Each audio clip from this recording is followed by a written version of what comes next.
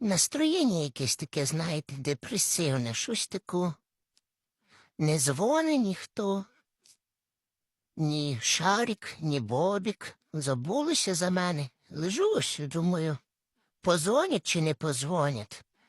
Так щось хочеться, чи то з'їсти, чи то що ж робити. Щось таке, нервно, вкусняшечку хочеться.